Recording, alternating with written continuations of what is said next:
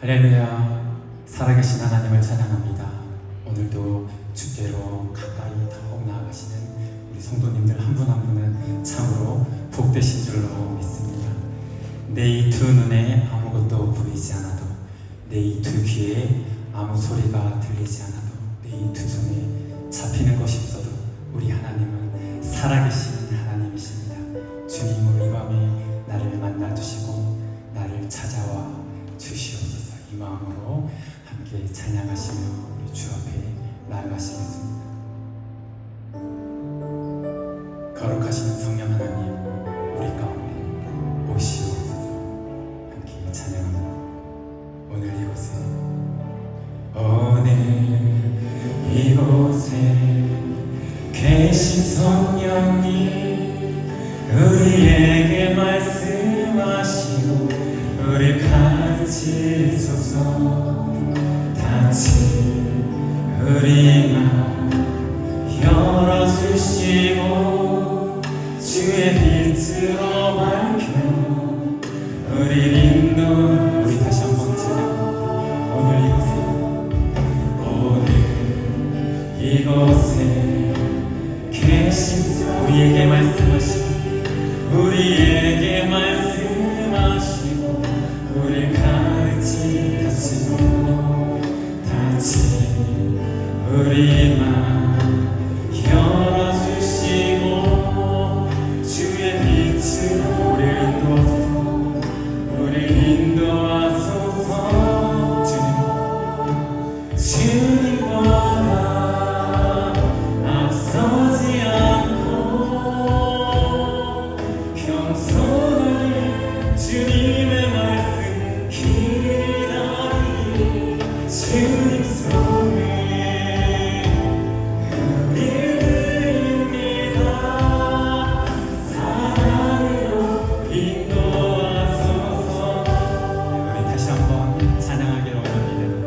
오늘 이곳에 계신 성령 하나님, 오늘 계신 성령님, 우리에게 말씀하여 주시고 우리에게 말씀을 가르쳐 주시고 다시 우리 마음 같이 열어주시고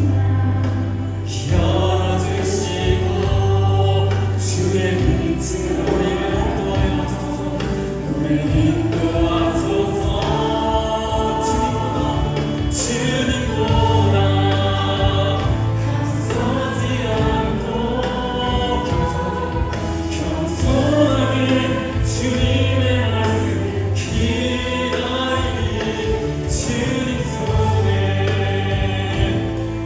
우리를 드립니다. 사랑으로 인도하소서. 주님보다 앞서지 않고 주님보다 이 시간 겸손하게 주님의 말씀 주님 손에 우리를 드립니다.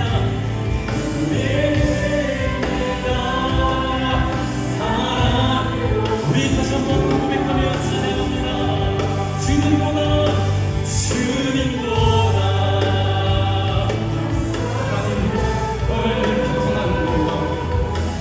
주님의 말씀을 나는 기다리고 주님 손에 주님 손에 우리를 드립니다.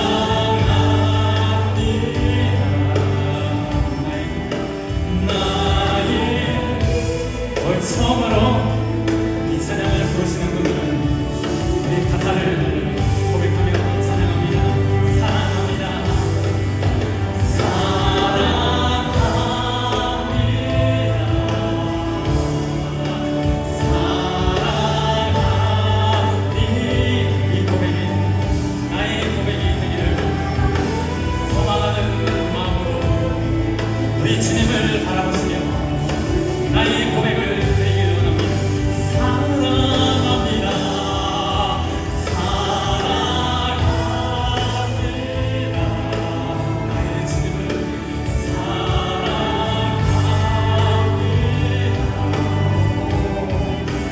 나의 길 오늘 하나님께서 나의 고백을 들으시도록 더욱 간절함으로 사랑합니다.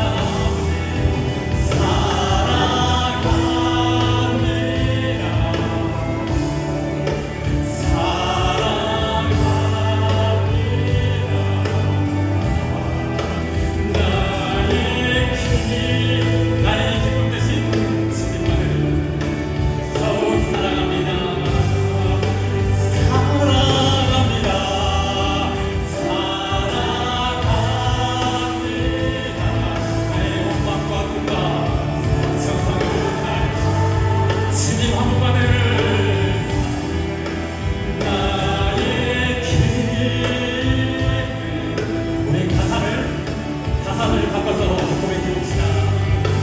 감사합니다. 감사합니다.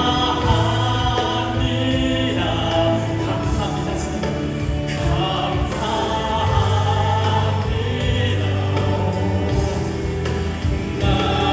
오늘 나의 이 감사의 제사 이 고백을 우리 하나님께 마지막으로 올려드리며 감사합니다.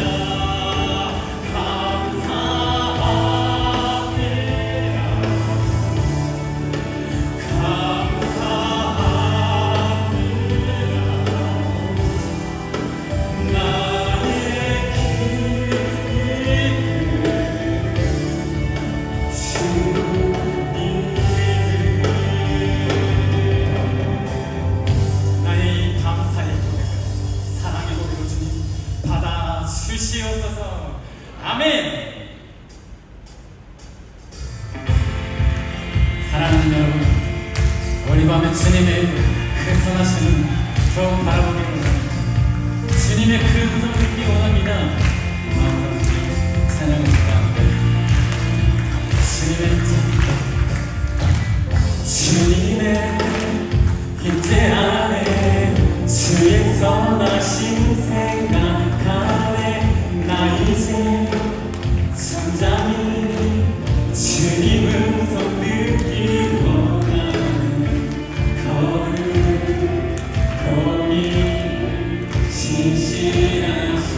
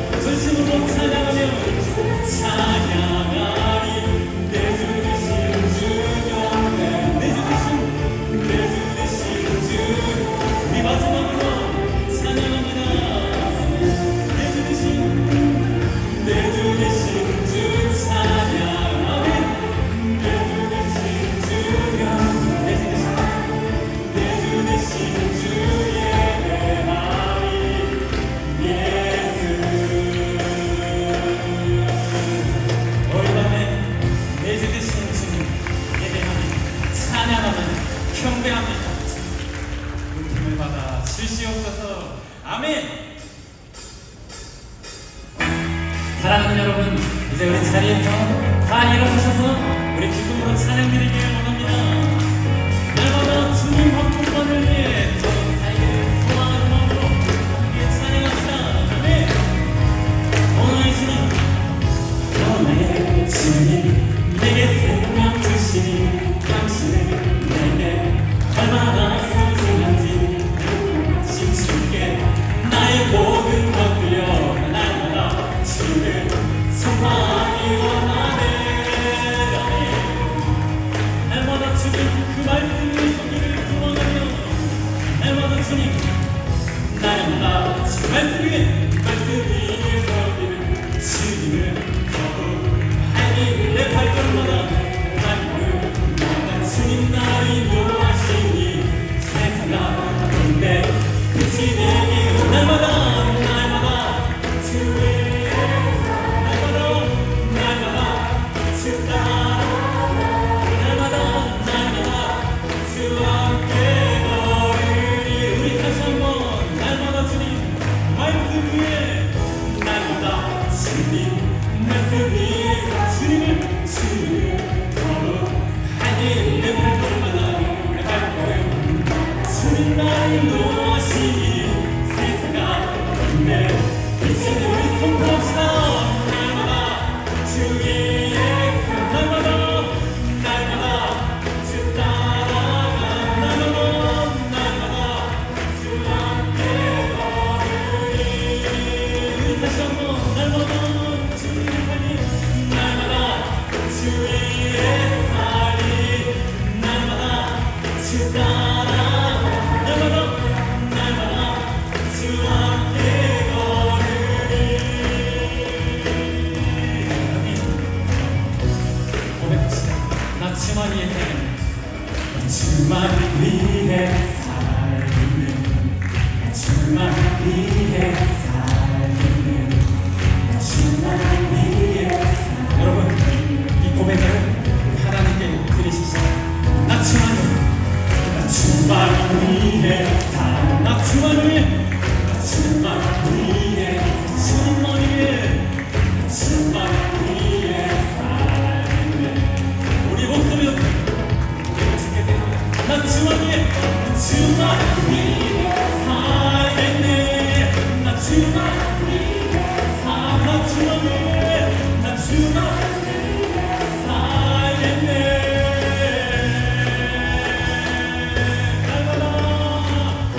날마다 주 위에 날마다 주 우리 기쁨으로 이 고백을 드리며 우리 다시 한번 날마다 주 위에 살기 날마다 주 위에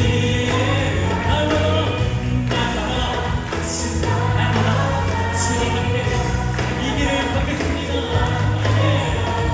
우리 한 번 더 전심으로 고백하며 날마다 주의 날마다 주 따라 날마다 주 함께 걸으니 날마다 주님만을 위해 살겠다는 기쁨의 감사의 박수 올려주시기 아멘. 올리만에 나의 영혼이 주 안에서 더욱 기쁘기를 소망합니다. 아멘.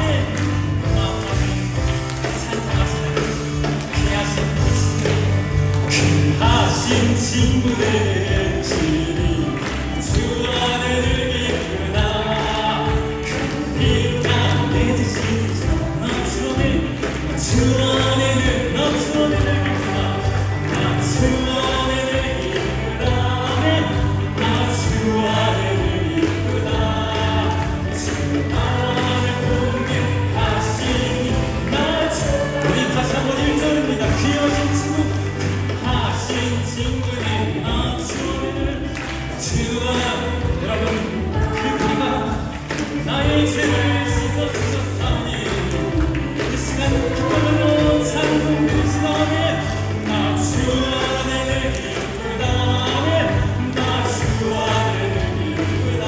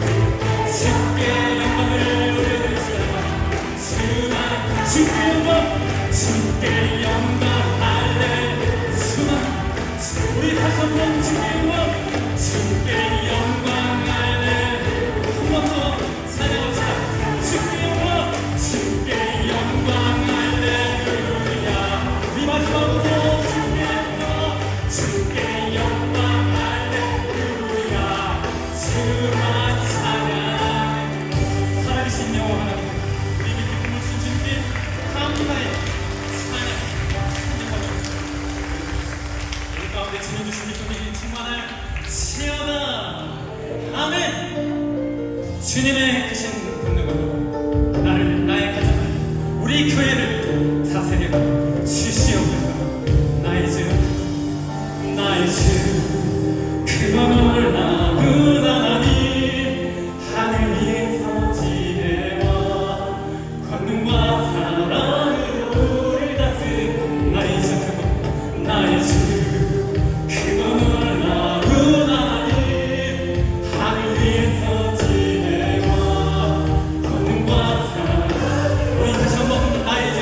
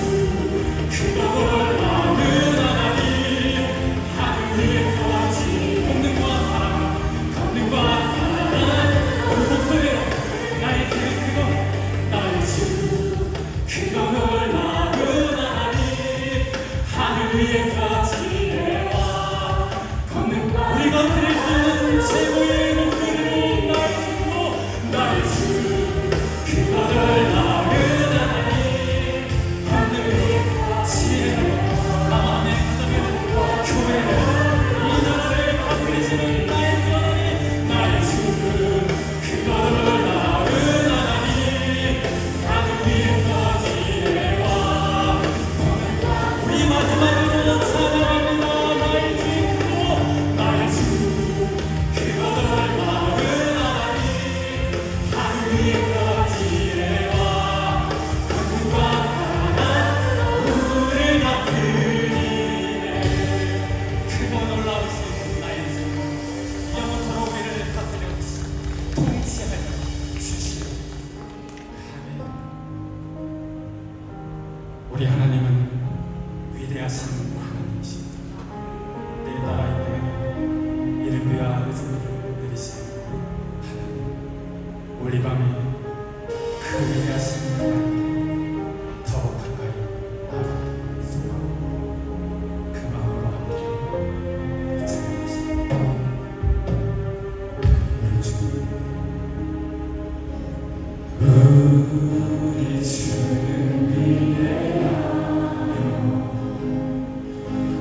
능력이 많으시도다. 그의 지혜로 하며 인자는 영원하도다. 상한 자를 고치시며 상처를 싸매시도다. 별들의 수를 세시며 이름을 붙이셨도다. 그가 구름으로 하늘을 덮으시며 나를 위하여 이 준비하시니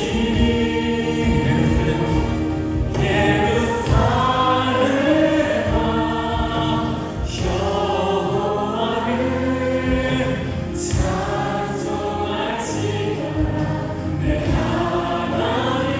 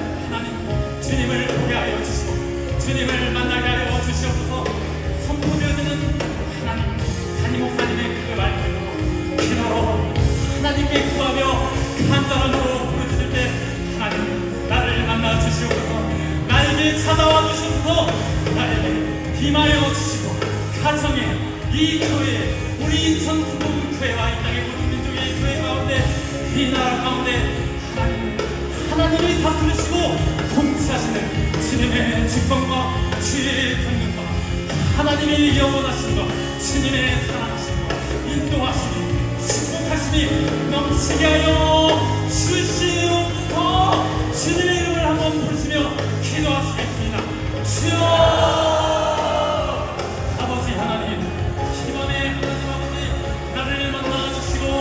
주의 영으로 나를 찾아와 나의 심령과 마음 가운데 오시옵소서. 우리 가정에 이 교회 하나님 민족의 모든 교회 가운데 하나님이 나라 민족 가운데 주님의 통치와 하나님의 다스리심과 주님의 권능이 용서하여 주시옵소서. 내게 심령과 마음을 돌리감에 부어주사 하나님께로 주께로 더 가까이 나가는 우리 모든 목사님의 분들의 간절함으로 치유 들어주시옵소서. 응답하여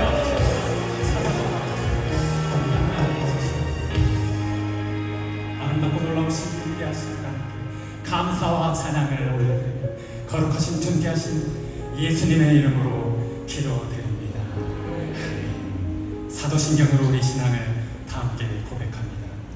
전능하사 천지를 만드신 하나님 아버지를 내가 믿사오니 그 외아들 우리 주 예수 그리스도를 믿사오니 이는 성령으로 잉태하사 동정녀 마리아에게 하시고 본디오 빌라도에게 고난을 받으사 십자가에 못 박혀 죽으시고 장사한 지 3일 만에 죽은 자 가운데서 다시 살아나시고 하늘에 오르사 전능하신 하나님 편에 앉아 계시고 저리로서 산자와 죽은 심판하러 오시고 성령을 믿사오니 거룩한 공영과 성도가 서로 교통하는 것, 죄를 사하여 주시니 몸이 다시 사는 것과 영원히 사는 것을 믿사옵나이다.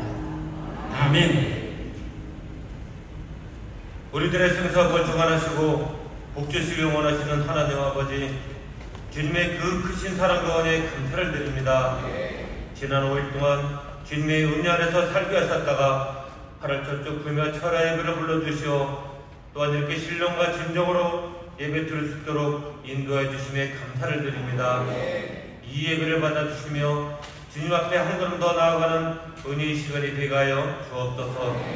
더위가 조금은 수고로 드는 듯하지만 여전히 무더운 날씨로 인해 피곤하고 나태해지기 쉬운 우리의 마음을 일깨워 주시며 육체는 연약할지라도 우리의 영은 더욱 깨어 하나님을 사모하며 나아가는 우리 모두가 되게 하여 주옵소서. 폭염과 폭우에도 아랑곳 없이 국방의 의무를 다하고 있는 이들이 땅방울을 기억하여 주옵시고 주님의 위로와 보호하심을 인하여 건강하게 잘 맞출 수 있도록 인도하여 주옵소서. 혼란스러운 정치와 무질서 속에서도 하나님의 뜻을 따르는 이들이 많아지게 하시고 나라를 위해 헌신하는 위정자들에게 올바른 지혜와 책임감을 더하사 자신의 이익보다 국민을 우선하는 마음을 갖게 하여 주옵소서. 올 한 해 듣는 마음을 구하는 주의 표로 달려갑니다. 사람의 말보다 주님의 음성을 더욱 가까이 듣게 하시고 칭찬이나 비판에 흔들림 없이 오직 주님만을 바라보며 정직하고 겸손하게 표대를 향하여 달려나가는 우리 모두가 되게 하여 주옵소서. 그리스도의 가정으로 기쁨과 감사가 넘치는 가정이 되게 하시오 그 안에서 천국을 누리며 살아가는 모든 성도들이 가정이 되게 하여 주옵소서. 잠시 더위를 피하며 휴가를 보내는 성도들의 발걸음을 지켜주시고 잠시 쉼 속에서도 하나님의 자녀임을 잊지 않고 살아가게 하시며 사랑과 화목이 넘치는 귀한 시간이 되게 하여 주옵소서. 세대통합 국내외 하모니 단교 선교가 은혜롭게 진행 중인 가운데 가는 곳곳마다 성령의 역사가 불같이 일어나게 하시고 특별히 내일 새벽 8박 9일 동안 따르는 캄보디아 팀을 위해 기도합니다. 정치가 안정되어 돌아오는 그날까지 무사하고 건강하게 잘 다녀올 수 있도록 인도하여 주옵소서. 금요 철야 예배를 위하여 돕는 손길들을 기억하여 주옵시고 특성으로 준비한 기타 찬양 등이 찬양할 주님 홀령감 받아 주옵소서. 예배를 사모하여 적은 물질이라도 정성을 다하여 준비하였사오니 기뻐 받아 주옵소서. 오늘도 주님께서 귀하게 사랑하시는 담임 목사님 영육간의 강건함을 더하여 주옵시고 선포하시는 말씀마다 권세가 있고 능력이 있게 전달되어 듣는 우리의 심령이 변화되고 교회가 말씀 위에 굳건히 세워지길 원하며 지금도 살아서 역사하시는 예수님 이름으로 기도하옵나이다. 아멘.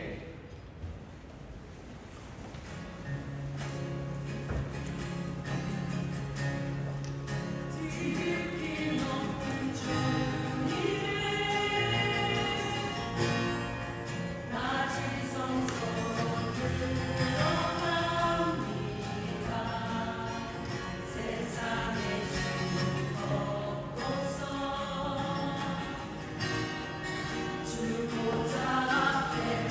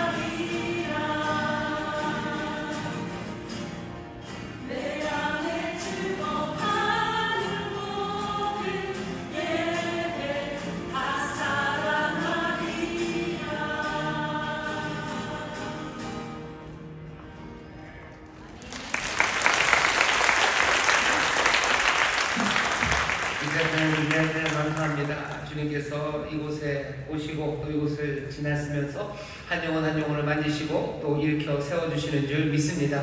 저기 계신 분들에게 서로 격려해 주세요. 주님 이곳에 우리와 함께 하십니다. 주님 이곳에 우리와 함께 하십니다. 함께 하시면서 그냥 가만히 앉아 계신 건 아니고요. 우리 팀 찬양한 것처럼 지나다니십니다. 이곳을 지나다니시면서 또 한 영혼 한 영혼의 필요를 살피시고 또 우리에게 필요한 모든 구원의 역사를 이루시는 귀하고 아름다우신 주님이십니다. 그 주의 사랑이 이곳에 역사하는 한 사람도 남김없이 주 안에서 새 변화와 치료와 구원을 누리는 귀한 밤 되시기를 주의 이름으로 축원합니다. 저기 계신 분들에게 다시 한번 믿음으로 격려해 주셔. 주님이 일하십니다. 주님이 일하십니다. 아멘. 감사합니다. 주님이 일하십니다. 오늘 금요철야 복된 날 하나님 앞에 나왔습니다. 여러 곳 함께 예배하는데 곳곳마다 주께서 은혜를 베풀어 주실 줄 믿습니다. 우리 박수로 격려할까요? 인천 수목은 공단함으로 이제 박수 주시고요. 인천의 배우가 박수 예배하는 모든 분들 수련회가 함께 있습니다. 고맙습니다. 오늘 우리 주신 하나님의 말씀 함께 찾겠습니다. 출애굽기 9장 말씀입니다. 죄송합니다. 출애굽기 7장입니다. 출애굽기 7장 1절부터 5절까지 말씀입니다. 성경을 펴주시죠. 출애굽기 7장 1절부터 5절까지 말씀입니다. 찾으시면서 들으실 것은 내일 온세토입니다. 우리 청소년 대교구에서 섬기는데요.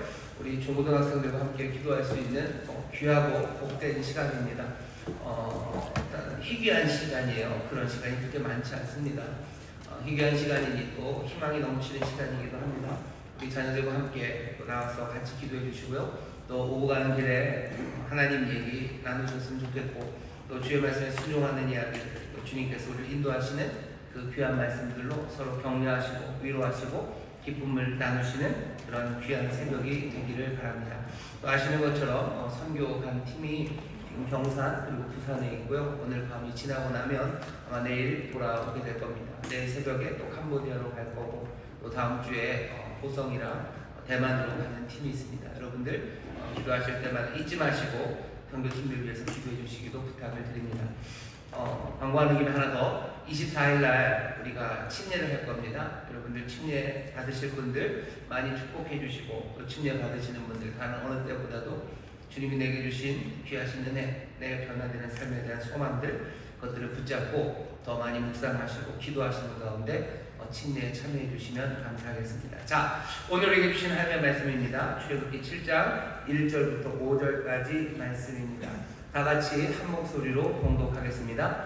여호와께서 모세에게 이르시되 올지어다 내가 너로 바로에게 신이 되게 하였은즉 내 형 아론은 내 대언자가 되리니 내가 내게 명한 바를 너는 내 형 아론에게 말하고 그는 바로에게 말하여 그로 이스라엘 자손을 그 땅에서 보내게 할지니라.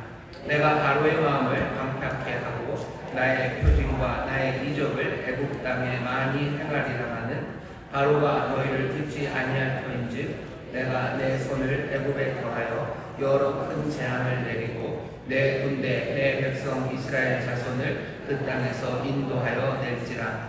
내가 내 손을 애굽 위에 펴서 이스라엘 자손을 그 땅에서 인도하여 낼 때에야 애굽 사람이 나를 여호와인 줄 알리라 하시네. 아멘. 오늘 설교 제목은 자유와 강팍한 마음입니다. 자유와 강팍한 마음이에요.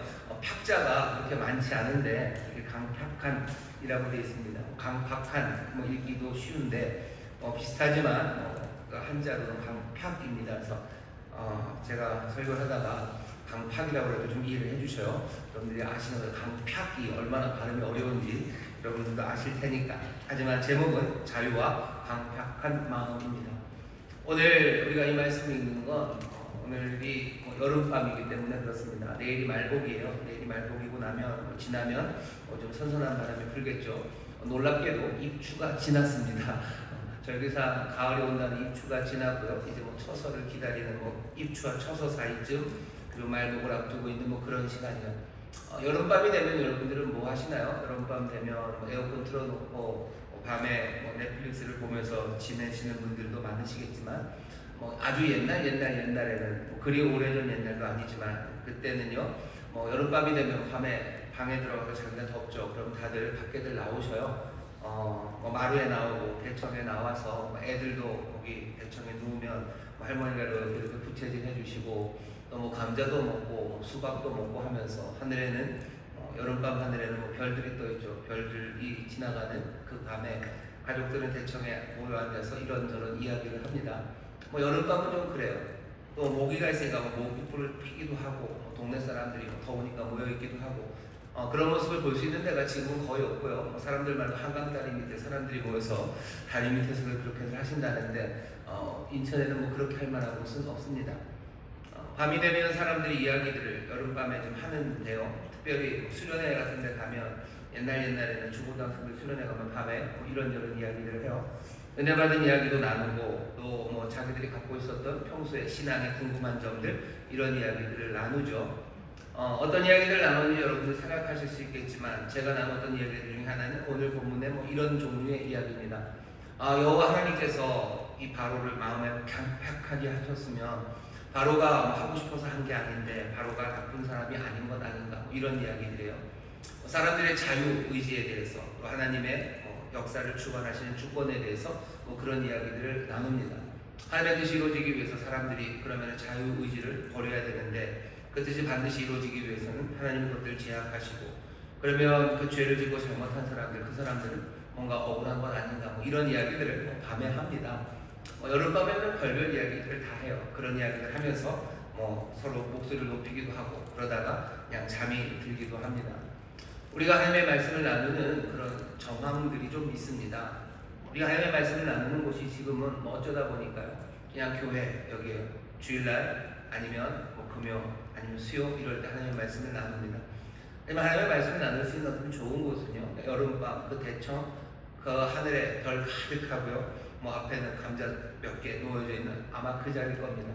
우리의 삶에서 또 게다가 그 대청에 모여있는 사람들의 삶의 상처들 또 아픔들 기쁨들 그것들을 모아놓고 하늘의 그 별들을 보면서 하나님의 도우심과 그리고 하나님의 은혜 그것들을 나누는 자리들 이제는 그런 게 별로 없죠. 하늘의 별은 보이지 않고 함께 내 삶을 나눌 수 있는 그런 곳들이 점점 사라집니다. 어쩌면 우리가 믿는 신앙의 삶의 모습이요 어떻게 보면 낭만을 너무 많이 잃어버린 그런 시절인 것 같습니다. 교회가 좀 시간이 되고 그리고 기회만 된다면 그런 낭만적인 자리들을 자꾸 만들어야 되는 것 같아요. 하나님의 은혜를 바라보고 또 우리의 삶을 함께 나눌 수 있는 어쩌면 가장 따뜻하고 안전한 자리들이 마련되어야 됩니다. 구역에서 그런 일들이 좀 일어났으면 좋겠어요. 구역에서 구역원들 모였을 때 자기들의 삶을 앞에다 놓고 하나님의 은혜를 바라보며 그 일들이 좀 이루어져야 되는데 쉽지는 않죠. 어쩌면 여름이 많이 남진 않았습니다. 여름밤 구역이니까 같은 동네들 여기저기서 사시겠죠. 모이셔서 동네 공원에 앉아서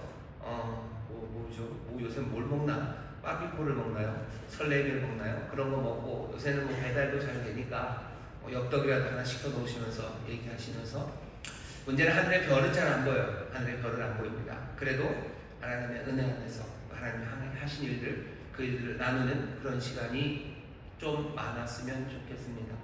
수련회 같은 시간들이 그런 시간이에요. 아마 선교 가면 아마 그런 시간들을 가질 수 있으실 거예요. 여러 가지 삶의 기회들 그리고 온세토하는 시간도 그렇고 하나님의 말씀을 나누고 하나님에 대해서 이야기를 나눌 수 있는 그런 시간들이 필요하고요. 오늘 저녁은 오늘 이 밤에는요 아마 제 경험인지도 모르겠지만 사람들이 늘 궁금해했던 자유 그리고 하나님의 주권 특별히 하나님께서 누구예요? 바로의 마음을 강팍하게 하셨다는데 이래도 되는 건가? 라는 문제들에 대해서 하나님의 말씀을 좀 나눠보려고 합니다. 그러니 여름밤에 그냥 설렁설렁하는 이야기라고 생각하고 들어주셔도 좋고요. 사실은 그것보다는 훨씬 더 중요한 이야기일 겁니다. 오늘 말씀을 들으시면서 우리가 가졌던 오랜 수수께끼에 완전한 답을 찾으시면 좋겠지만 그렇게 한 번에 완벽한 답을 찾기는 어려울 겁니다. 여전히 자유의 문제에 대해서 하나님의 신비가 남아있죠. 여전히 우리가 모르는 부분들을 하나님이 우리에게 다 알려주지는 않으신 것이 있기 때문이에요. 하나님 우리에게 모든 걸 다 알려주셔야 되는 건 아닙니다. 하나님에게도 자유가 있는 거죠. 하지만 우리가 하나님이 알려주신 것, 그것만큼은 그래도 알아야 될 필요가 있으니 주신 겁니다. 이 자유의 문제에 대해서 우리가 하나님의 말씀을 제대로 알지 못하면서 그냥 섣불리 생각하는 바가 많아요. 오늘 말씀을 좀 하나씩 살펴보면서 우리가 알아야 되는 것, 그리고 하나님이 우리에게 이미 알려주신 것, 그것 안에서 이 자유의 문제에 대해 우리가 어떤 태도를 취해야 되는지 한번 그 말씀을 나눠보려고 합니다. 오늘 우리가 다루는 문제는 오래된 수수께끼예요. 여기 첫 번째 재앙이 시작하기도 전입니다. 그때 하나님이 모세에게 오늘 본문 말씀을 하시는 거죠. 특별히 우리의 주목을 끄는 건 3절입니다. 내가 바로의 마음을 강팍케 하고 나의 표징과 나의 이적을 애굽 땅에 많이 행하리라 하는 하나님이 하나님께서 바로의 마음을 강팍하게 하신답니다. 그러니 문제는 분명합니다. 뭐냐 하면 바로의 마음을 강팍하게 하시는 이가 하나님이셨대요. 그러면 바로의 자유, 그 자유는 어디에 있는가 하는 겁니다. 오늘 설교의 제목은 자유와 강팍한 마음입니다. 바로의 마음은 강팍해졌어요. 여호와께서 그렇게 하신대요. 그러면 바로의 자유는 어디에 있습니까? 애굽의 이 바로 왕에게 정말로 진정한 선택권이 있었다면 아니면 없었다면 둘 중에 하나라고 생각합니다. 그가 진정한 선택권이 있었다면 어떻게 되는 거예요? 그의 마음을 강팍하게 된 책임은 바로 자신에게 있을 겁니다. 하지만 그가 선택한 것이 아니라면, 다시 말해서 하나님께서 그 마음을 통제하고 그의 반응을 결정한 거라면 어떻게 바로가 유죄라고 말할 수 있겠느냐 하는 겁니다. 왜 바로가 잘못한 겁니까? 그런 일로 바로가 처벌받아야 합니까? 라는 문제입니다. 하나님이 도대체 그렇게 일을 해놓으시고 어떤 권리를 하나님이 바로를 처벌하시냐고. 사람들은 그렇게 생각해요. 하나님이시니까 해도 된다고 얘기하는데 그건 막다른 골목에서 할 말이 없으면 그렇게 할 수밖에 없겠지만 우리에게 그렇게 붕한 답으로 몰아가시지는 않으셔요. 그거보다 훨씬 더 많은 답을 주셨습니다. 세상을 심판하시는 이가 공정하게 판단해야 되는 것 아니냐고. 아브라함이 하나님께 감히 도발할 때 하나님 거기에 대해서 네가 뭐냐고 따져 묻지 않으셨어요. 아브라함 당시에 많은 신들은요, 신 마음대로죠. 신이 알아서 하는 거예요. 신이 정하면 오는 거고, 신이 이렇다면 이런 거지. 인간들이 뭘 잔소리를 합니까? 라는 게 태도였어요. 하나님이 소돔과 고모라를 심판하러 가실 때 아브라함이 그 여호와 하나님을 가로막으면서 했던 말입니다.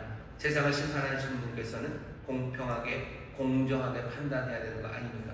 소돔에 의인 50이시면 멸하면 안 되는 거 아닙니까? 하고 따져묻기 시작한 그 질문입니다.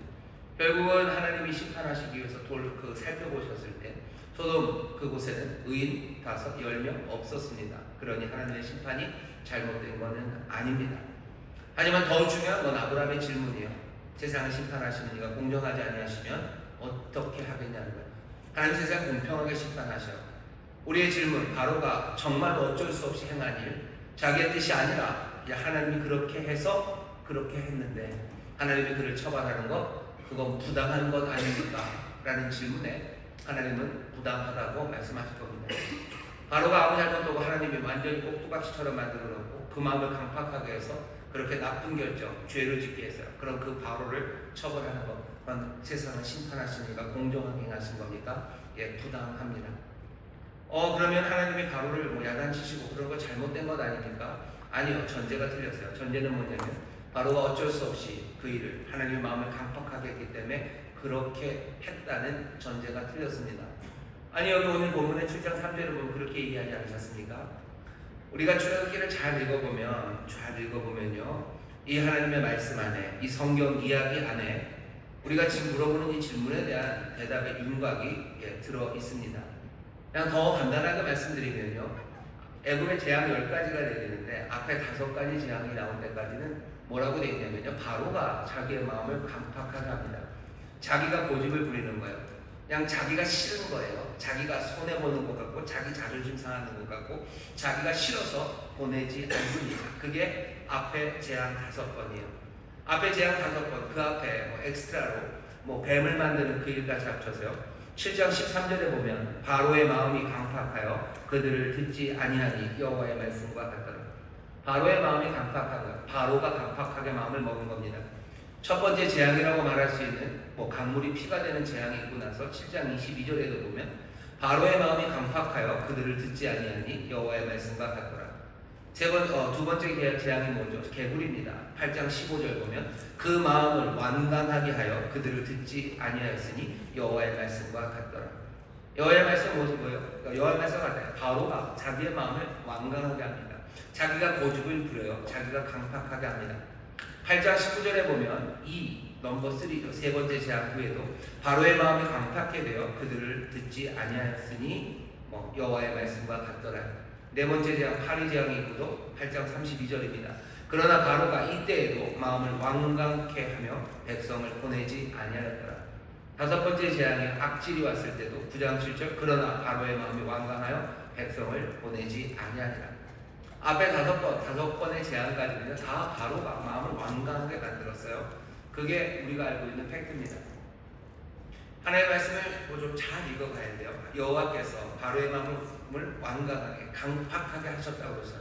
내가 그렇게 할 거라고 하셔요. 그러니 바로는 지 마음이 아니라 그냥 완강해진 그 마음으로 할 거다라고 분명히 말씀하셨죠. 하지만 진행되는 사건들을 보면요, 다섯 번째 재앙까지는 바로가 자기의 마음을 완강하게 합니다. 여섯 번째 재앙은 종기의 재앙이에요. 종기가 내릴 때 9장 12절 보면 그러나 여호와께서 바로의 마음을 강팍하게 하셨으므로, 여기서부터 얘기가 달라져요. 여호와께서 바로의 마음을 강팍하게 하셨으므로 그들을 듣지 아니하였으니 여호와께서 모세에게 말씀하신 바 같더라.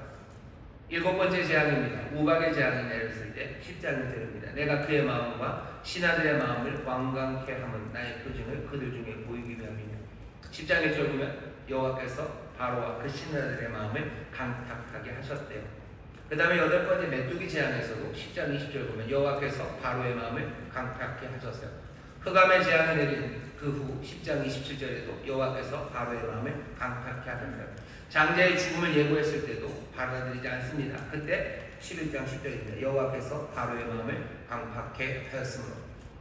다섯 번째 재앙까지는 바로가 스스로의 마음을 강팍하게 했어요. 그리고 여섯 번째부터 열 번째까지는 여호와께서 바로의 마음을 강팍하게 했답니다.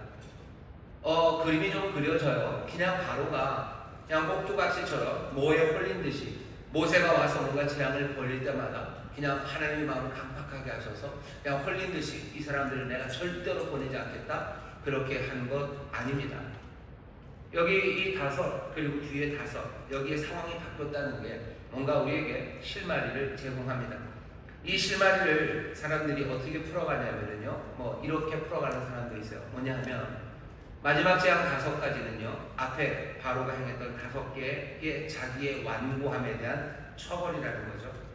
이 사람이 바오로가 강팍하게 자기의 마음을 그렇게 먹고요, 하나님의 뜻에 어긋나는 방식으로 여기 노예들을 보내지 않고 자기의 욕심, 자기 자존심, 자기의 명예, 그것 때문에 사람들에게 자유를 주지 않습니다.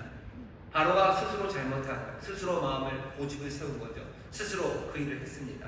거의 나중에 5번 하나님의 마음을 강팍하게 하시는 이 강팍함에 대한 하나님의 처벌이죠. 하나님의 벌처럼 주어졌다. 그러면 바로가 행한 일에 대해서 하나님이 벌 주시고 잘못됐다고 말하는 것, 거기에 그렇게 큰 문제는 없어 보입니다. 우리가 처음 물었던 질문이 그거죠. 바로가 선택권이 없었다면 바로를 정죄하시고 바로가 잘못됐다고 하고 바로를 심판하시는 하나님 부당한 것 아니냐? 아니, 바라는 거죠. 5번 하나님 앞에서 이 사람이 이렇게 했기에 하나님이 이미 벌 주시기 시작한 거죠. 잘못에 벌 주셨어요. 여기 문제가 있냐라고 말할 수 있습니다. 그러니 바로의 예를 들면서 바로를 여호와께서 강팍하게 하셔서 그렇게 벌 주시는 것, 하나님은 부당하시다, 세상을 심판하시는 이가 공정하지 않으신 것 아닌가라는 어쩌면 이런 설명 안에서 힘을 잃게 됩니다. 두 번째, 이런 이야기를 다섯으로 나뉘어진 이야기를 또 사용해서 문제를 풀어가는 실마리 중에 하나는요. 어떻게 보면 굉장히 독특한 생각입니다. 사람들이 이렇게도 설명해요. 뭐냐면 하나님의 바로의 마음을 계속해서 그 5번 하고 나서도 그 뒤에 강팍하게 하신 것은 오히려 바로에게 자유를 보장하기 위해서라고 말하는 겁니다. 이해가 잘 안 되죠? 뭐냐면 이런 거예요. 사람들이 주변에 있는 바로의 신하들이요, 바로에게 맞서 말합니다. 세 번째 이해 재앙이 내려졌을 때 바로의 그 술객들이 얘기해요. 이건 사람이 할 수 있는 일 아니라고, 이건 여호와 하나님의 역사가 분명하다고 얘기를 해줘요. 재앙이 점점 많아지면서 신하들이 얘기합니다. 이러다 우리 애굽이 망하는 거 모르냐고, 우리 애굽은 망했다고, 빨리 보내셔야 된다고 말합니다. 재앙이 진행될수록 압박은 세져요. 바로에게 이 사람들 보내야 된다는 압박이 점점 세집니다. 그러니 바로가 그 상황에서 이 사람들을 보낸다면 바로가 자유를 주는 그 결정은 이 사람들을 돌려보내는 이 사람들에게 자유를 주는 그 결정은 바로의 자유에서 나오는 건 아니고요, 압박에서 나오는 거죠. 경제적인 압박이고 군사적인 압박이고 그리고 정치적인 압박에서 이 결정을 하게 됩니다. 그러니 여호와께서 하나님이 바로의 마음을 아주 억세게 만든 거죠. 다가오는 여러 가지 외부적인 압박들, 그 외부적인 영향들, 그것들을 견뎌내게 하신 거예요. 그것들에 흔들리지 않고 자기 스스로 자유의지로 하나님의 말씀에 순종하도록 기회를 주시기 위해서 이 사람 바로를 하나님이 억세게 하시고 마음을 강팍하게 굳게 하셨다고 그렇게 설명하는 방식입니다. 이 설명이 보장하는 것은 뭐냐면 하나님이 불공평하게 지금 바로를 심판하시는 건 아니죠. 마음에 강팍하게 한 게 하나님이 바로에게 나쁜 영향, 그러니까 심판에 있어서 마이너스가 되는 요인을 준 게 아니라 오히려 자유의지로 하나님의 뜻을 따르는 그 일에 도움을 주기 위해서 하나님이 하신 거예요. 그러니 여호와께서 바로의 마음을 강팍하게 하신 거, 그게 그렇게 부당한 일은 아닙니다. 오히려 바로에게 은혜를 끼쳤다는 그런 설명입니다. 두 번째 설명은 신박하기도 해요. 하지만 뭐가 좀 받아들이기는 조금 어렵기는 합니다. 사람들이 이 다섯으로 나눠진 방식으로 하나님이 바로에게 도대체 무엇을 하셨는가, 도대체 바로에게 무슨 일이 일어났는가에 대한 어쩌면 이 실마리를 푸는 세 번째 방법은요, 뭐냐면 그리고 죄에 대한 어쩌면 새로운은 아니고요, 죄에 대한 그리고 악에 대한 이해입니다. 악이라는 것, 악의 충동이라는 건요, 처음에는 아주 가냘프게 시작해요. 거미줄처럼 시작을 합니다. 아슬아슬하죠. 하지만 이게 시간이 지나면 점점 밧줄처럼 굵어집니다. 여러분들도 아실 거예요. 바늘도둑이 소도둑 되는 겁니다. 거짓말 한번 처음 시작할 때는 얼굴이 시뻘개지고 심장이 콩닥콩닥해요. 하지만 이게 조금씩 거짓말이 늘다 보면요, 아주 천연덕스러워요. 심장 박동수가 변화가 없어요. 얼굴색도 한 개도 안 변합니다. 그냥 그렇게 되어가는 거죠. 악한 충동들, 악을 행하려는 그 마음들, 처음에는 연약하지만 점점점 두꺼워지기 시작합니다. 악한 충동, 그 충동은 처음에는 나그네처럼 우리에게 와요. 뭔가 수줍어서 들어와요. 어쩔 줄 모르고 시작이 되죠. 하지만 나그네처럼 들어왔던 악의 충동은 점점 손님이 되어가요. 뭔가 여기서 다리를 뻗을 수 있을 것 같아요. 그러다가 어느 순간에 마지막에는 그냥 주인이 되어버립니다. 악의 충동이 우리 안에서 주인이 되어버려요. 그게 그냥 내 삶인 것처럼 그렇게 살아갑니다. 악이라는 건 얼굴이 두 가지가 있어요. 하나는 바깥으로 향하는 거죠. 악은 피해자에게 악한 행동들을 합니다. 하지만 악은 바깥으로만 나가지는 않아요. 그 악은 내부로 향하는데요. 그건 가해자, 바로 그 악을 행하는 그 사람에게 삶을 묶어놓는 그물이 되어갑니다. 악이라는 건 묘해요. 내 안에 들어온 악은 남을 해하는 것을 끝나지 않아요. 나는 그 악에 사로잡혀가기 시작합니다. 처음에는 나그네처럼, 그 다음에 손님처럼, 그 다음에는 주인처럼 자리 잡기 시작합니다. 거미줄처럼 얇았던 것이 밧줄처럼 굵어집니다. 그리 빠르지는 않을 거예요. 느리지만 확실하게 그 사람들은 자유를 잃어가기 시작하고요. 악은 이제 내 삶의 주인이 돼요. 내가 주인이 아니라 나는 악의 노예가 되어가기 시작하는 겁니다. 사람들이 그런 사람들을 봐요. 히틀러, 스탈린, 우리가 알고 있는 수많은 독재자들, 뭔가 좋은 것들을 옳건 그르던 간에 뭔가 이성적으로 시작했던 사람들이, 하지만 잡혀가기 시작하죠. 강박에 잡혀가기 시작하고 그리고 나서는 그 죄악이, 악함이 그 사람을 사로잡아서 자신뿐 아니라 주변에 있는 모든 사람들을 다 엉망으로 만들어 갑니다. 바로가 하는 일을 잘 보셔. 바로가 하는 일. 앞에 5, 그리고 뒤에 5입니다. 처음에 바로가 못 보내겠다고 했을 때 어쩌면 자존심 문제였는지도 몰라요. 내가 제국의 왕인데 내 노예를 내가 보내야 될 일이 없죠. 어쩌면 자존심에 얘네들 보냈다가는 내 경제적인 타격, 또 얘네들 보냈다가 군사적인 타격, 여러 가지 계산들을 합니다. 그리고 하나님을, 여호와 하나님에 대해서 존경의 마음, 그런 거 표할 생각이 없어요. 처음에는 자기가 그렇게 판단을 해서 그렇게 합니다. 하지만 점점 시간이 지나가면서 그 다음부터는 마음이 강팍해지기 시작합니다. 그때는 내가 내 판단이 아니에요. 그때는 내 판단이 아닙니다. 죄가, 악이 판단하고 나는 거기에 끌려가기 시작할 뿐입니다. 마음은 강팍해졌어요. 그 자유를 잃어버리는 겁니다. 세상이 자유를 말하는 방식들, 철학이나 아니면 다른 곳에서 자유를 말하는 방식들은 항상 이런 식이에요. 뭐냐면 우리는 둘 중에 하나라는 거죠. 우리는 항상 자유롭거나 아니면 결코 자유롭지 않거나요. 어떤 사람들은 우리가 항상 자유롭다고 말하는 철학자들이 있어요. 또 어떤 사람들은 우리는 항상 자유롭지 못하다고 말하는 철학자들이나 아니면 그런 생각을 전하는 사람들이 있습니다. 요새는 누가 더 많은가 하면요, 우리의 생각은 자유롭지 못하다고 말하는 사람들이 훨씬 더 많습니다. 사회적으로, 그리고 경제적으로, 그리고 또는 어쩌면 유전적인 결정론으로, 역사, 그리고 역사의 필연성, 그런 것들을 믿는 사람들이요. 내가 그렇게 살아가는 건 내 유전자 때문이죠. 유전자가 필연적으로.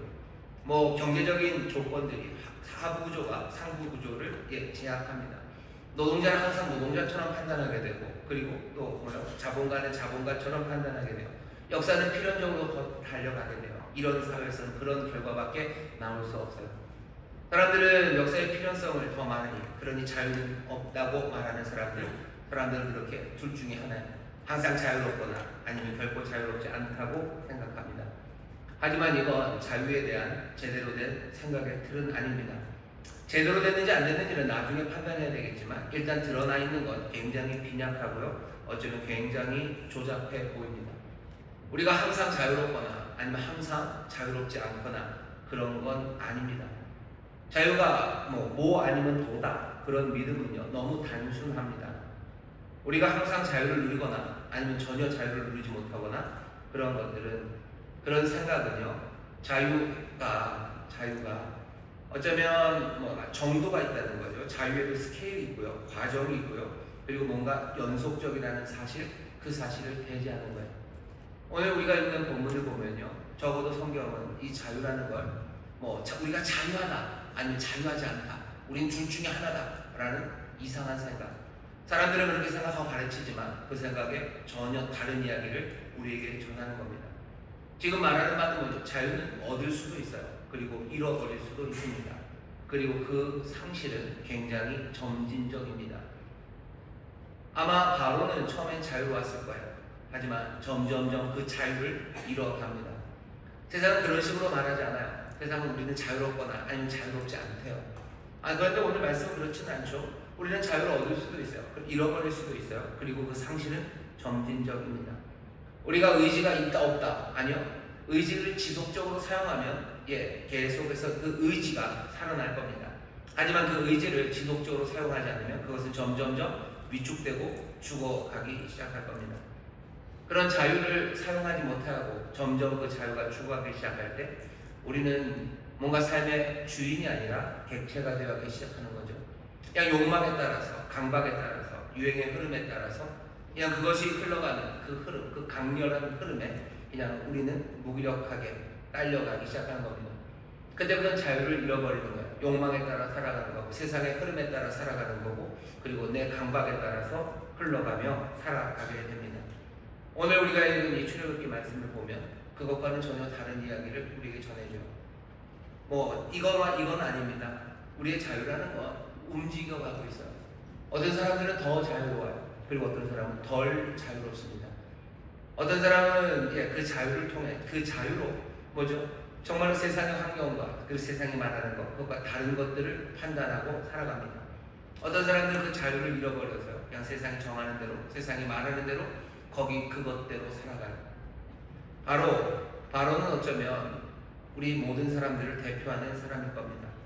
고대 세계에서 가장 강력했던 사람이요, 가장 강력했던 통치자였던 이 사람은 자기가 모든 것들을 다스리고 자기가 자유한 주인이라고 생각했지만 사실은 아닙니다. 이 사람은 노예로 살아갔던 사람입니다. 마음의 강팍함으로 살아간 거예요. 죄라는 것에 묶여서요, 그냥 거기에 묶여 살아가기 시작하는 겁니다. 우리가 자유한가? 라고 사람들이 물어요. 우리가 자유한가? 우리는 자유한가? 아니면 우리에게 자유가 없는가? 뭔가 철학적으로 둘 중에 하나, 그 하나를 따져서 우리가 하나님의 뜻에 합당한가 안 합당한가에 대한 책임을 지내 안 지내 그것을 따라야 되는 것으로 이야기하지 않습니다. 사람들은 그렇게 얘기하죠. 꽤나 많은 것들이 우리에게 영향을 끼친다고. 맞습니다. 우리에게 영향을 끼치는 게 참 많아요. 유전자가 우리에게 영향을 끼칩니까? 예, 유전자가 우리에게 영향을 끼칩니다. 어떻게 끼쳐요? 건강한 유전자들이 좀 있어요. 누군가는 좀 더 건강합니다. 그리고 누군가는 좀 더 약해요. 그 여러 가지 것들이 결정되는 건 유전자가 어느 정도 역할을 합니다. 건강한 유전자를 가지고 태어난 사람들은 웬만큼 먹어도 아프지도 않아요. 그냥 흙을 집어 먹어도 안 아프고요. 땅끄지처럼 먹어도 괜찮아요. 어떤 유전자를 가진 사람들은 뭐가 좀 연약한 유전자죠. 그러니 면역력 굉장히 약하고요. 뭔가 균이나 이런 것들에 굉장히 취약한 사람들이 있습니다. 그럼 그렇게 건강한 사람과 취약한 사람이 살아가는 방식이 좀 달라질 수밖에 없죠. 아무래도 건강한 사람들은 험한 일, 그리고 어려운 일, 그리고 조금 굳은 자리, 그 자리에 가는 게 두렵지 않아요. 하지만 조금만 힘들어도 그냥 금방 아픈 사람들, 연약한 사람들을 돕고 그리고 병든 사람들 가까이 가는 게 아무래도 꺼려집니다. 그 차이는 얼마나 심합니까? 이게 굉장히 심할 겁니다. 유전자가 우리에게 영향을 끼쳐요. 부모님이 영향을 끼칩니까? 부모님이 영향을 끼치죠. 정말로 좋은 부모님 아래서 태어난 아이들이요, 정말로 좋은 인격을 가지고 또 그렇게 밝게 살아가는 그 경우 많습니다. 부모님이 정말로 안타깝지만 인격적이지 못하고 폭력적이고 서로 부모가 서로를 신뢰하지 못하고 그런 부모가 자녀에게 미치는 영향이 얼마나 큰지 몰라요. 사람을 향한 신뢰, 그것들이 무너져 버리는 거죠. 사람들을 믿지 못하는 자녀로 자라가게 되고 그런 큰 영향이 끼쳐집니다. 어린 시절의 경험 우리에게 영향을 끼칩니다. 어려서 학대받았던 사람들의 경험이 그 사람에게 어떤 영향을 끼치는지 우리가 알아요. 어려서 정말로 사랑 많이 받고 그리고 신뢰를 받았던 그런 삶이 어떻게 그 사람에게 영향을 끼치는지 우리가 압니다.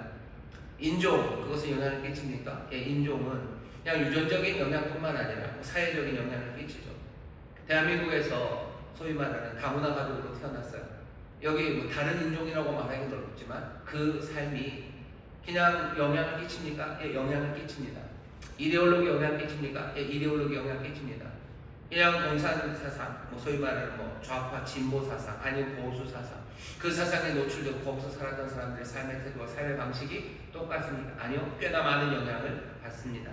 문화의 영향, 계급의 영향, 환경의 영향, 모든 우리를 둘러싼 것들에서 우리가 영향을 받고요, 그것들은 영향을 끼쳐요. 하지만 영향력이라는 것이 우리의 삶을 통제는 아닙니다.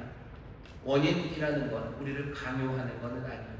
세상에 코즈라는 것들이 있죠. 원인이 있어요. 비코즈라는 것들이 있어요. 하지만 그것이 우리의 삶을 강요하지는 않습니다. 사람들은 그런 거라고 자꾸 얘기를 해요. 자꾸 얘기를 하죠. 하지만 하나님의 말씀은 그렇게 가르치지는 않아요. 빼앗길 수 없는 자유가 우리에게 있습니다. 어떻게 대응할지 결정할 수 있는 자유가 있어요. 아우슈비츠라는 곳 아시죠? 히틀러가 만든 아우슈비츠에서 사람들이 정말로 비인간적인 대우를 받아요. 죽음을 앞둔 사람들.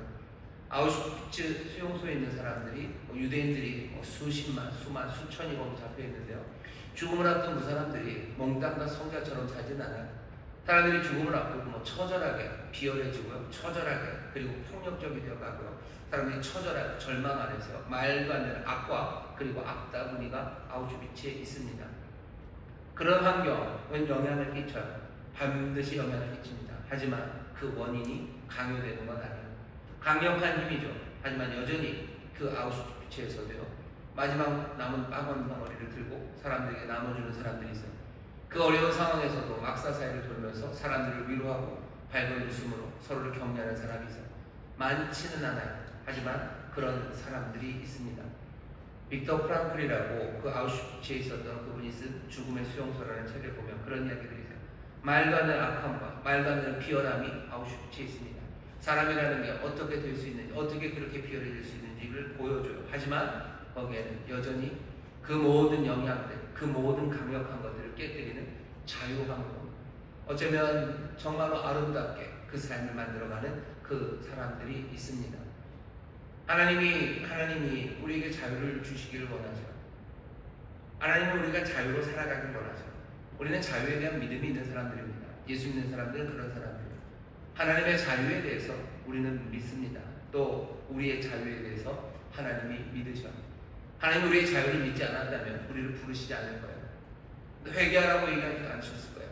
하나님 우리의 자유를 믿습니까? 믿으시니 회개하라고 말씀하시는 거예요. 너의 삶을 돌이키라고, 내게 오라고 말씀하시는 거예요. 왜? 하나님은 우리의 자유를 믿으시기 때문입니다. 하나님 우리가 자유함을 믿으셔요. 우리도 하나님의 자유함을 믿습니다. 하나님께서 정말로 우리에게 은혜 베풀어 주심을 믿어요. 하나님은 그냥 결정적으로 이렇게 가지 않음을 믿습니다. 하나님의 자유하심을 믿기 때문에 우리는 소망을 두는 겁니다. 우리의 자유에 대한 하나님의 믿음, 그리고 하나님의 자유에 대한 우리의 믿음, 우리는 그 자유에 대한 믿음으로 살아갑니다. 그것이 어떻게 나타나냐면요, 아니오라고 말할 수 있는 능력으로 나타나요. 양심으로 본능을 이기는 능력이죠. 사람들은 그런 얘기를 합니다.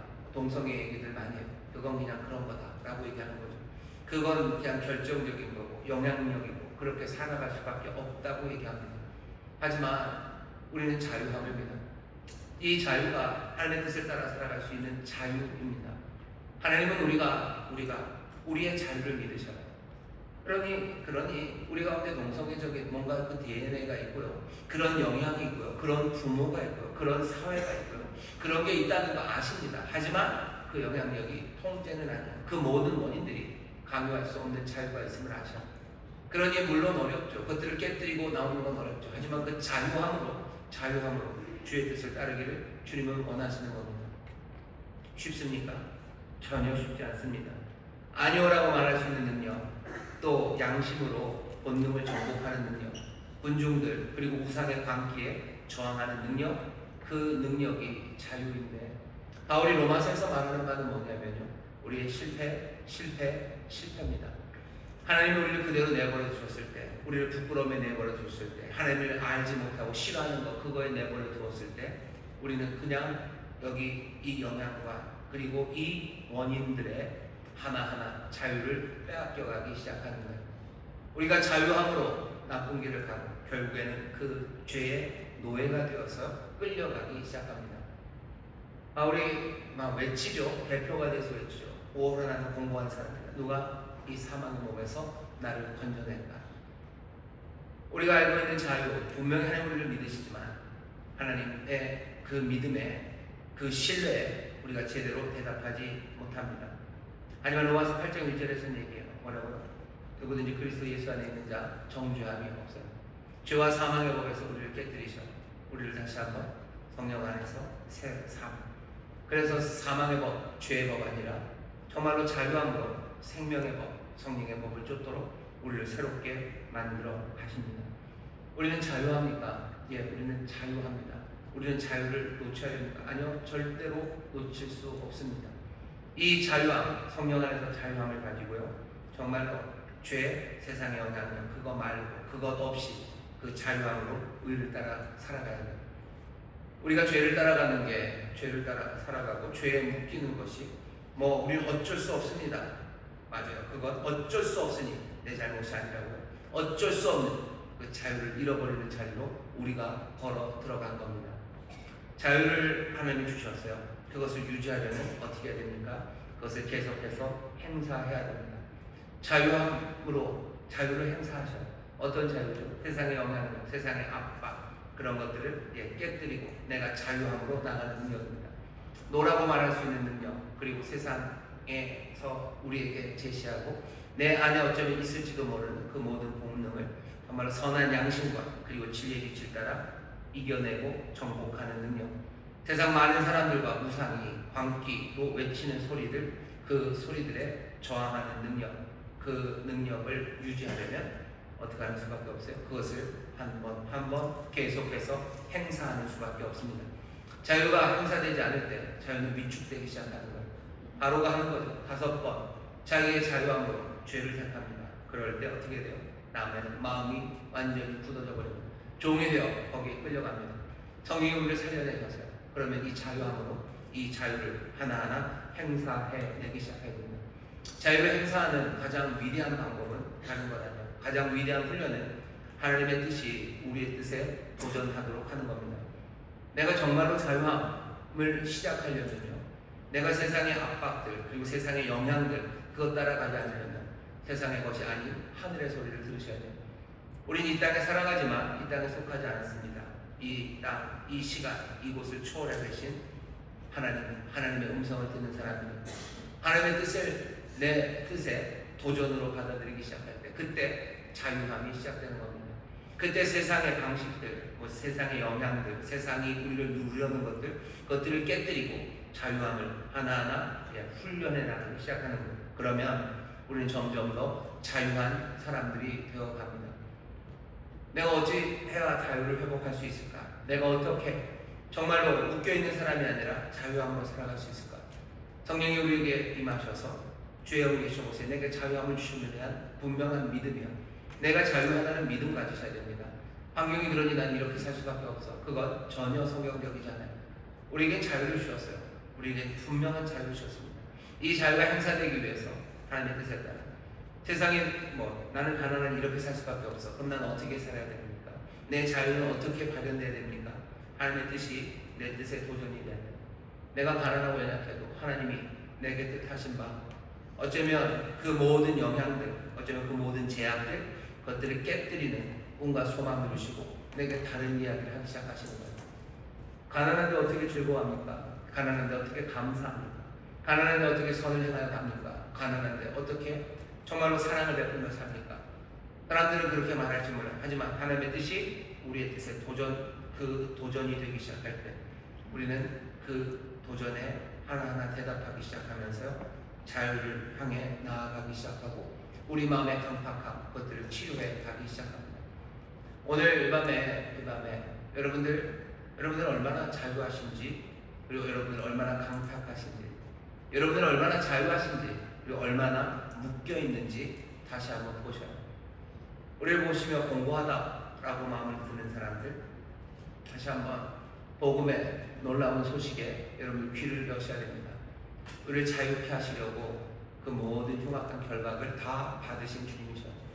우리가 하나님의 자녀로 살아가게 하시고 아버지의 뜻대로, 아버지의 뜻에 합당하게 그 길을 자유함으로 걸어가게 하시려고 우리의 모든 결박을 끌어내시니 그분의 능력이 오늘 이 밤에 역사합니다. 자유케 하시는 영이 우리와 함께 하셔. 여러분 자유함으로 주의 뜻을 따라 걸어가셔. 하나님의 뜻에 도전되어 내가 그 뜻을 따라가기 시작할 때 그때 나는 점점 더 자유한 사람이 되어갑니다. 자유함으로 살아가죠. 종으로 살아가지 마시고 종의 멍, 죄로 말미암아 종의 멍에 매지 마시고 여러분 자유함으로 살아가는 우리 모두가 되기를 바랍니다. 바로 묶여서 살았어요. 왜 묶입니까? 그냥 그 죄 따라 살아가다가 그냥 그렇게 묶여가는 겁니다. 하나님 우리를 자유하게 하셨습니다. 다시 한번 정말로 죄 뜻 그것 따라서 자유함으로 종의 멍에 매지 않고 자유인으로 하나님의 뜻을 따라 살아가는 우리 모두가 되기를 주의 이름으로 축원합니다. 옆에 있는 분들 얼굴 한번 보셔. 그리고 서로 얘기해 주셔. 자유하십니다. 자유하십니다. 자유하십니다. 다시 한번 하죠. 진리를 따라가는데 자유하십니다. 진리를 따라가는데 자유하십니다. 다시 한번 더 얘기하시오. 어떤 것에도 묶이지 않으십니다. 어떤 것에도 묶이지 않으십니다. 네. 세상의 말들에 무슨 DNA에 아니면 세상의 문화에 어쩌면 내 어린 시절에 부모에 그런 거 묶이지 않아요. 사람들은 어렸을 때 상처가 너를 묶고 있다 그러는데 욕이 나올 뻔했는데 우리의 믿음은 그렇지 않습니다. 주께서 우리를 자유케 하셨어요. 어린 시절의 상처, 그래서 어떻게 하라고 자유함을 배우는 시작은요, 하나님의 그 뜻이 내 뜻에 도전이 되기 시작할 때요, 내 어린 시절 내 부모가 내가 상처를 주었으니 나는 사람들에게 마음을 못 엽니까? 하나님께서 네 삶을 열어서 영접하라고 하실 때 그 뜻이 내 삶의 도전이 되어서 하나하나 그 자유를 실현하기 시작할 때 나는 그 자유함에 점점 더 충만해지고 온전해지기 시작하는 겁니다. 내 삶을 무엇이 바꿉니까? 하나님의 뜻이 내 삶을 바꿔요. 그 도전에 내가 응답하기 시작할 때 내가 삶의 자유함으로 살아가기 시작하는 겁니다. 내 삶의 DNA 문제로 어려워하시는 분들이 있어요. 나는 무슨 내 염색체는 XXY예요 라고 말하시는 분이 있어요. 훨씬 어려울 겁니다. XXY여도 하나님께서 자유함으로 살 수 있습니다. 내 염색체 문제, 나는 아주 유전적으로 나는 연약한 사람입니다. 나는 남들보다 가난하고요. 난 내 삶은 정말로 보잘것이 없습니다. 그러니 어떡하라고요? 내가 거기에서 강팍해지니까 그 환경이 내 삶을 묶어서 나를 그렇게 하나님의 뜻에 어긋난 그 삶을 살아가는 거예요. 나는 그냥 비굴하게 살아가야 되고, 나는 그냥 쫑팽이처럼 살아가야 되고, 난 그냥 그렇게 아무 꿈 없이 절망으로 살아가야 됩니까? 아니요, 자유함이요. 하나님께서 우리에게 자유함으로 정말로 선한 길 걸어가게 하시고 그 자유함으로 생명의 길 걸어가게 하시길 바라죠. 하나님은 우리의 자유를 믿으셔요. 그 자유를 믿으시니 우리를 부르시는 거예요. 사랑하라는 말씀을, 너의 삶을 내어놓으라는 말씀을 하나님께 하나하나 따지면서 어렸을 때 가정환경 좋고 DNA 훌륭하고 어렸을 때 마음에 상처 없고 좋은 문화, 좋은 가정에서 태어난 아이들아 너희들 사랑해라. 어려운 가정에서 태어나고 유전적으로 뭔가 좀 문제가 있고 환경이 그렇고 인종적으로 사회적으로 인정받지 못하는 너희들은 조용히 살아라. 그렇게 부르십니까? 주는 우리의 자유하심을 믿어요. 우리가 자유하심을 하나님 믿으셔요. 그러니 생명으로 부르시는 겁니다. 자유함으로 그 뜻에, 하나님의 뜻에 여러분들의 뜻을 도전시키세요. 그리고 자유함 그것들을 걸어가기 시작할 때 그때 우리의 자유는 점점 더 제 힘으로 얻어가기 시작하고요. 그리고 우리의 마음의 강팍함과 묶여있는 모든 것들은 치유함 받기 시작합니다. 오늘 자유함을 되찾게 되시기를 주의 이름으로 축원합니다. 주의 이름으로 축원합니다. 기도하겠습니다. 하나님 감사합니다. 바로 어떻게 묶여가는지를 봅니다. 바로를 보며 우리를 봅니다. 우리도 어느 생각 강팍한 마음, 아버지 하나님 그렇게 실패를 더하며 자유인이 아니라 죄의 종, 악의 노예처럼 살아가는 우리의 삶입니다. 하나님의 뜻 말고 다른 것에 묶여 살아가는 우리의 삶. 그러나 이제 우리를 긍휼히 여기시사 주께서 그 놀라우신 하나님의 자유하심으로 우리에게 오시며 우리에게 은혜를 베푸시고 우리를 위하여 정말로 모든 것을 감당하시며 우리에게 성령으로 충만하게 하시니 주여 이제 자유함으로 일어서는 이들이 되게 하여 주옵소서. 주여 하나님의 뜻 아버지 그 뜻 따라 걸어가는 가운데 점점 더 자유로워지는 이들입니다. 점점 더 마음의 강팍함과 묶여있는 사슬이 끌려지는 이들이 오니 성령님 이제 오늘 이 밤 우리에게 다시 한번 소망을 또 놀라운 복음이 우리 영혼에 울려 퍼지게 하여 주시사 자유함으로 일어나 하나님의 뜻 그 뜻 따라 움직이기 시작하는 하나님의 자유로운 자녀들, 하나님 정말로 자유로운 하나님 나라 백성들 되게 하여 주옵소서. 감사드리며 예수님 이름으로 기도하옵나이다. 아멘. 이 시간 우리 통성으로 기도합니다. 기도하실 때 주여 내가 자유함을 믿습니다. 내가 자유합니다. 아니 내가 묶였을지라도 이제 주의 영 계신 곳에 자유함이 있다고 하셨습니다. 아버지 하나님의 뜻을 따르는 일에 아버지 하나님 내가 묶인 자 아니라 자유함으로 나아가오니 나를 도와주옵소서. 성령님 나의 힘이 되어 주옵소서. 나에게 이 소망 주여 이 믿음 흔들리지 않게 하여 주옵시고 주여 믿음으로 소망으로 자유함으로 걸어가게 하여 주옵소서. 여러분 그렇게 간절히 기도하실 때 우리를 묶고 있는 모든 묶임이 풀려지고 우리의 마음의 강팍함 그것들이 깨어져서 정말로 자유함으로 주를 따르기 시작하는 하나님의 자녀들 되게 하실 줄 믿습니다. 오늘 우리를 치료하시는 줄 믿습니다. 우리의 모든 결박을 끌어내주시는 줄 믿습니다. 자유함으로 주를 따라 살아가게 하실 줄 믿습니다. 주여 세 번 기부르시고 우리 다 함께 통성으로 기도합니다. 주여 주여 주여